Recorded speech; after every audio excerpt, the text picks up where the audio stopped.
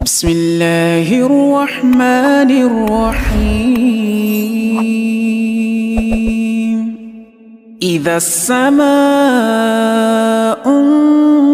انشقت وأذنت لربها وحقت، وإذا الأرض مدت وألقت ما فيها وتخلت وأذنت لربها وحقت. يا أيها الإنسان إنك كادح إلى ربك كدحا فملاقيه. فأما من أوتي كتابه بيمينه فسوف يحاسب حسابا يسيرا وينقلب إلى أهله مسرورا.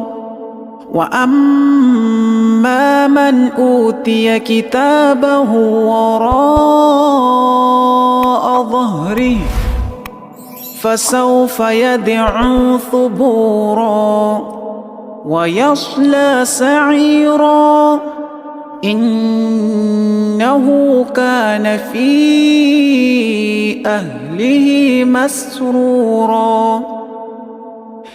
إنه ظن أن لن يحور،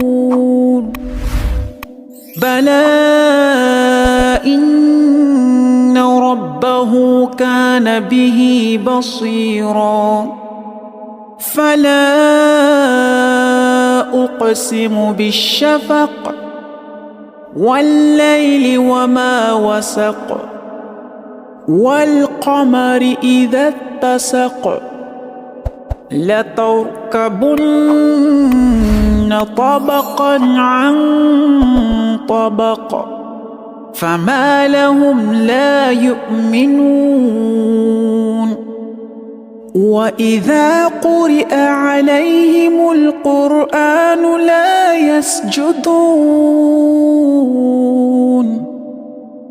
بل الذين كفروا يكذبون، والله أعلم بما يوعون. فبشرهم بعذاب أليم إلا الذين آمنوا وعملوا الصالحات لهم أجر غير ممنون.